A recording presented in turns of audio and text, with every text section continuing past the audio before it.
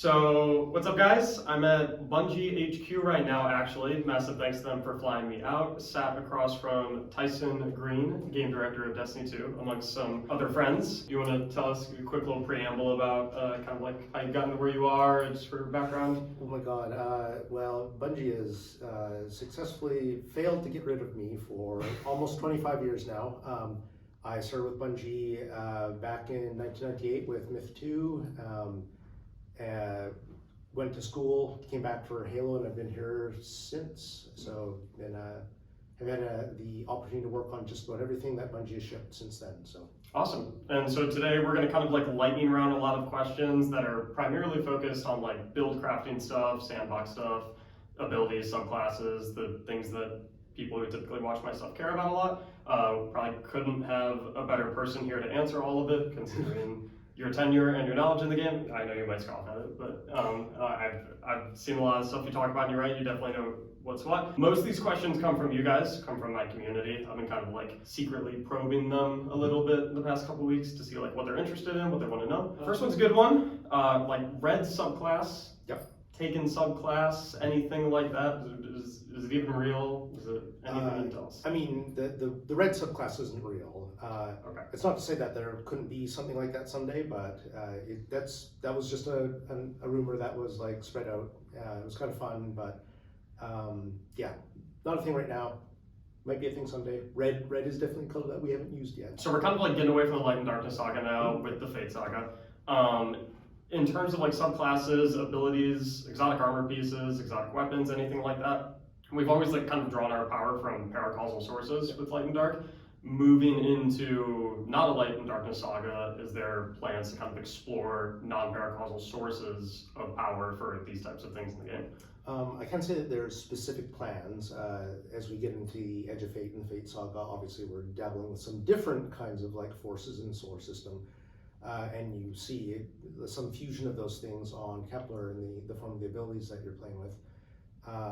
But I mean, when we put things into our sandbox space, we very often like revisit them and explore them. So I mean, I could see us exploring some different ability types in the future for sure. And to kind of like extend upon that, we're walking into Renegades in a couple months after the Edge of Fate, and Star Wars inspired homage to Star Wars, which subsequently is kind of an homage to the Force as well. Is there any idea or anything like that for like Force-based abilities, Force subclass type stuff, Force exotics, anything like that? I mean, we're not really talking very much about Renegades today. We've got a whole reveal event for that like later this year, but I mean, there's definitely going to be some aspects of that release that are going to be like fun sandbox like experiences that could only happen in that kind of like collab. Right. So, but yeah, that for a later reveal. So subclasses, generally speaking, always kind of have a certain themes to them. Void is very like control and survivability, invisibility. Arc plays fast. Do you feel like there's like a theme for like in a few words that hasn't really been explored by any particular subclass that could be a good direction for one down the line? Yeah, I mean there was a time when the fifth subclass was going to be decay, like sort of poison effects or like dissolution effects or like debuffs and damaging stuff like that. There, you know, we flirted with the idea of like maybe a kinetic subclass. It's more about like, you know, just like raw physical forces and like you know, concussions and like sort of violence, really. Punch in the face type stuff. Exactly. You know, the Titan subclass. Yeah. But yeah, there are spaces that we haven't explored yet, and they remain open opportunities for us in the future. Great. Are there any plans to add more options for, this was a really big one, darkness subclasses have one super option and one melee option, and they have for a while, and that kind of stunts their build diversity for anyone who like doesn't want to use the warlock melee freeze. Any plans to look to add more options for those? No concrete plans today, but I mean, we have a history of coming back around to our subclasses and continuing to expand them and develop them. And I think in the most recent subclass we had was the Prismatic one. Now that we have built that one, I think we have more ability to come back around and look at the other subclasses. I know the team is like, you know, aware of this and wants to do something about it. Adjacent to that, with Prismatic, kind of the melting pot Yeah. subclass. Any plans to ever add any more abilities, fragments, aspects, supers, anything, or is Prismatic kind of, this is what it is right now?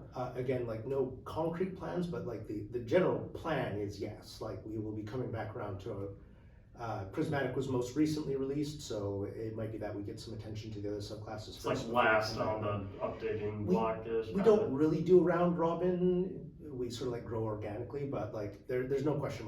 We're not done developing subclasses. We're always going to be developing them. Prismatic will be something that gets more time and attention in the future. And so, as an extension of that, Transcendence Grenades. Yeah. Every Prismatic subclass only has one. Yep. Any plans to ever add more? Or something I've always been curious about, even maintaining the same grenade in terms of like what it does and the elemental effects, but allowing people to use it in a different form factor. So for example, like the Hunter Prismatic Grenade right now is a spike grenade. Could we potentially have an option where I can use it as like a void wall, and so it still stasis into solar, but I have like a different form factor of it? I mean, like again, like I don't have a specific plan for that specific thing, but developing the Transcendence grenades or the Transcendent mechanic, I think is a great area. It's one of the really unique things about Prismatic, and I think that's something that we could definitely, that could definitely be one of the areas that we explore if we come back around to Prismatic. I mean, and I've also said like the Prismatic, the Transcendence mechanic for Prismatic is like this interesting new like, you know, input paradigm and everything like that. Could like similar things exist for other subclasses? So there's so much to explore in that space that I'm excited to like keep developing them into the future. So you think like some of the currently unique aspects of Prismatic, like the cording input and like the secondary bar, like, you know, what if something like that existed for stasis, but it was actually driven by like how many enemies you were freezing, like how cold you and were, then you can like unlock some ability that gives you like some super. Like these aren't real things, but this is what's so fun about the Destiny like sandbox and combat language is that there's all these angles to explore and all these mechanics to develop. And something like if you run with speed booster enough on arc, then you get that one, and then you double your speed or some crazy like that. Or like heat effects, like standing in sun sprites, or catching fire sprites, or standing in sunspots, solar, like builds your heat meter, and then you're on fire, but then you cool down or something. Like this, again, like, oh my god, as a systems designer, I just want to like immerse in this sort of thing and like, just do that. And that like that's exciting. And the amount of like exotic armor pieces that you can then make to like add on to those types of effects. You can add fragments based on those effects. Very exciting stuff. The exotic class items have gotten a lot more reasonable to farm out, or at least try and get what you want with a lot of the things that have been added, attunements specifically. Are there any plans in the near future to add more perk options to either of the columns for exotic class items? I don't think that we'll come back to those class items and say like, here we're going to add more perks so that you can go and like chase them harder or grind them more. I think if we were going to do an experiment like the exotic class items again, we'd probably develop a new one. But right now, no concrete plans. That was that was a thing that we did for the final shape that we were playing with. Like I said earlier, we very often come back to ideas that like players reacted well to, that they enjoyed, and try to do like a better iteration of them. So I could see something like that happening again. And just so I'm understanding correctly, so a world where it's like a different acquisition source, completely different item, and it has its own, obviously not concrete plans like you said, but like that's kind of the idea that's floating around. That's more favorable than just adding and tacking on. Yeah, I don't think we would say to players like, hey, go back to the Pale Heart and do the same thing. Go to Dual Destiny again, so you can get it.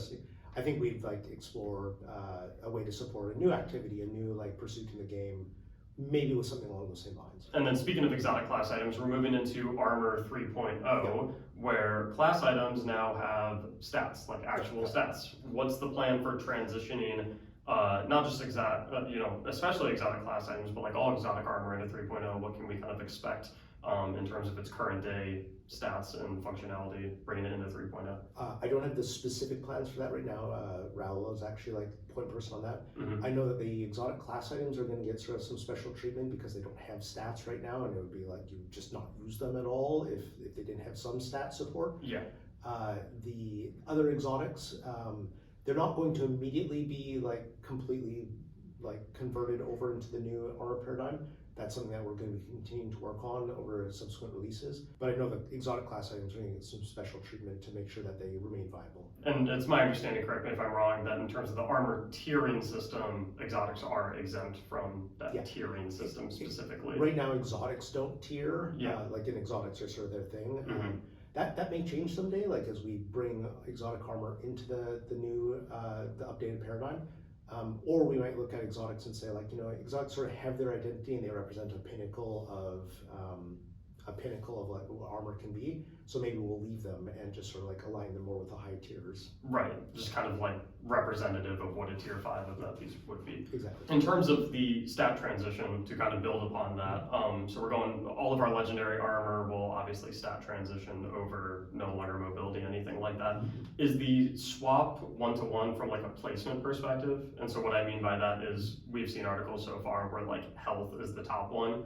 In current day, mobility is the top one. Is mobility converting straight over to health? Is resilience converting straight over to what the second one is? Or are they kind of flipping around a little? It's not based on the UI ordering, because I asked that we reorder those so they're more intuitive. Like, you know, health is a pretty intuitive stat, and is relatively least intuitive.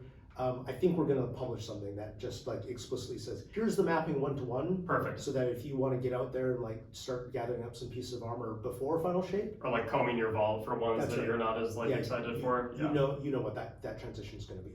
Yep. So higher armor tier, amongst other things, effectively means more stats. Yep. So what tiers of armor will mirror, like in modern day Destiny, you can get like anywhere, and obviously we're going to be able to get up to 200 total points in one stat. But on average, I think you have like anywhere from like 350 to 400 stat points as a player-ish, maybe a little more than that. What tiers of armor will mirror that current like stat point total pool, and how many points like in total, or like what percentage increase will we be working with if we have like a full set of tier 5? Like how much more juiced up are we? Yeah, I don't know exactly where we landed in terms of like lining up the tiers. From a lot of early conversations, we were looking at like artifice armor or adept weapons, sort of approximately lining up somewhere around tier 4. Okay. Another thing that's different though about the armor tiers and stat tiers is we actually want to like max out the stat allocation on armor before tier 5, so I think it maxes out at tier 4. Okay. And then after that, it's just about distribution of stats. So, because I mean, like we all know that if you get a drop that's below the maximum stats, you're like, well, you know, kind of garbage. Gotcha. So effectively, tier 5 armor is all like the max stat points it can possibly be. Yeah, and so does tier 4. Yeah, and so at that point, you're like chasing the configuration and not just chasing the number. Yeah, the knobs and whatnot. Okay, awesome. In terms of like data, like Destiny has always been a game that's like all about numbers, but a lot of those numbers can be hard to find in game, which is always can be a pain point for build crafting. Are there ever any plans to add like numerical pieces of data or like percentages or like stuff in game when you're looking at things like in subclass menus? Or do you guys feel like stuff like Destiny Data Compendium and like GG and like third-party sources, are those doing a good enough job? So the funny thing is those third-party sources do such a good job that it does take some pressure off, but I personally, I actually do want to start exposing some of the more numeric data to players, because I think it helps to look at like, if you look at a mod like Threat Detector and say like, well, it does more damage when enemies are near you, you're like, well, how much more damage and how many enemies and how close? And you can't make good decisions about like what that's actually doing for you because it's all obscured. And you know, we do that because we want it to just be intuitive. But I think by trying to burden them with and why? So why haven't we done it? And the answer is because the people who would need to do it are also the people who are building those abilities and they're building those perks, and it's really hard to like peel them off and say like, instead of building like cool new abilities and perks, do a writing pass on a lot of strings and like you know, pull things out on tables. I do hope that we're going to do that in an upcoming release, because I do think it makes the game easier to understand. Like paradoxically, showing some numbers I think actually makes it easier to read. But it's sort of like one of those things that we want to do it, we're going to do it when we can do it. Yeah. It's just there's so many things to do. And it's also like you said, the stuff exists out there right now that it is taking a lot of weight off it. It's well made. It's good. I hate leaning on that as an excuse, because it really is not an excuse. Like your game should stand on its own 2 feet. But those devs are so smart, they're so effective, like we appreciate them so much. And it really does allow people who are very deeply into like the numeric craft of the game to get what they need. And yeah, like I said, it takes some pressure off. Luckily, we are getting the firing range, so that does help you figure out a lot of that type of stuff. We know we have screens for like damages, DPS, how much damage is being applied. Any ideas to add screens for like if you're looking at a particular enemy, a screen that shows what debuffs that enemy has on it, or a screen that shows what buffs you have on you? No concrete plan for that right now, because that's a suggestion I haven't heard before. The thing that's like exciting about the firing range is that once you have it stood up, you can like start to field suggestions like that. The firing range started off as like, hey team, can you build a dummy that we can shoot and see the numbers and like get a DPS readout? And the team's like, hey, yeah, we can do that. And also look at all these other insane like things like there's a laser beam right beside the shooting stall so that you can test low health. We didn't ask for that. The team just like decided that was an awesome thing to add, and they were right. Yeah. So I could totally see us doing something where it's like, hey, someone realized that we can't really inspect debuff or buff functionality very well.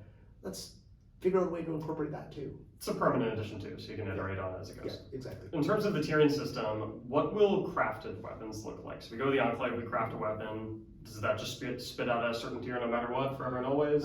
So right now, crafting and tiered weapons are kind of like exclusive. Like there is no crafting of tiered weapons. Okay. Crafting to us is increasingly a way to like catch up on things and catch up on possibilities.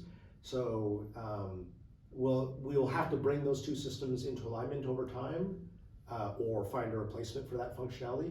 But yeah, right now you don't craft a tier 3 weapon, you don't craft a tier 1 weapon, you get tiered weapon that's dropped. Can we make it so when we rally to a flag, our prismatic meter fills up? This is one that we like kind of went back and forth on in Final Shape Dev. The reason why we didn't do that is because like we already feel like rally flags they do this unfortunate thing where they skew encounter design to like this massive front load of like output, and it would also like do this thing where prismatic is just like increasingly obviously the right choice. We were like, should we just make wiping reset your prismatic meter? And it's like, ooh, no, players hate that. So it's kind of like this balance thing that we sort of have to feel out over time. Okay. We were geeking out a few minutes ago about like, what if other subclasses had things like a prismatic meter? Maybe that world would see like a parity exist among all the other subclasses, but right now, no plans to add it. Set bonuses are a super exciting thing coming. Yes. What are kind of the plans for like number of new set bonuses-ish every update? And is the target going to be to always have a new set bonus come from like X activity source, always have one for Vanguard Ops, always have one for Crucible, or is it kind of more floating? So every new armor set that we release going forward, we want to have new set bonuses on. Okay.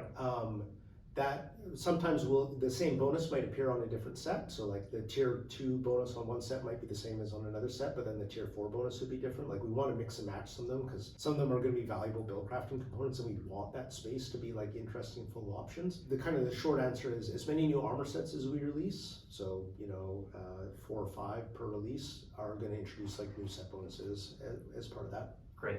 And then finally, are there any exotic armors that are like right on the rework / buff radar sitting right in front of us that we can get excited about? I wish I could answer that one concretely right now, but I would have to like sit down and talk to the team about what they're tracking. Mm-hmm. The team like watches like exotic armor usage, and like they'll weigh, this one's seeing a lot of usage, it's feeling really hot right now, or this one is not seeing a lot of usage. The thing I can say is I often encourage the team to like look at what's not popular and look for ways to like bring that into the fold, because I think when you can take something that players, they might even already have it, and breathe life into it, sometimes that is just as much fun and right. like just as interesting to the build crafting space as like a whole scratch new exotic that is just a completely unknown quantity. And I really like seeing the team like take what we have and like breathe life into it. So I expect that there's a whole bunch of things on that list right now. I just don't have it tip of mind right now. Yeah, absolutely. Well, hopefully it's a lot of good information. I really appreciate you taking the time. I think it's really important to recognize this is not something you didn't have to sit down here and answer my questions for 25 minutes. I would have liked to sit down and do this for like 60 minutes. Right. I like talking about like the system design of the game, and that's like the stuff you're talking about. It's like, this is what I enjoy. Yeah, and I know people appreciate this so much. I hope a lot of you guys felt like your questions were genuinely answered. I hope we hit some things that people really care about. obviously I'm the one in this chair, but like I do try to be a mouthpiece for everyone. That's why I'm always like kind of asking you guys what you're looking for. But it's like very clear how enriched the vision is for the game in terms of like long-term adaptation for build crafting, which for me, and I know for all of them, is like that's why so many of us fall in love with the game. Always feels so fresh. You guys do a good job, and it's such an incredibly creative and like vigorous team. I'm honored every day to come in and get to work with them. Awesome. Well, hope you guys enjoyed. Thank you, Tyson, for sitting down with me. My pleasure. Thank you guys for watching. As always, have a great day.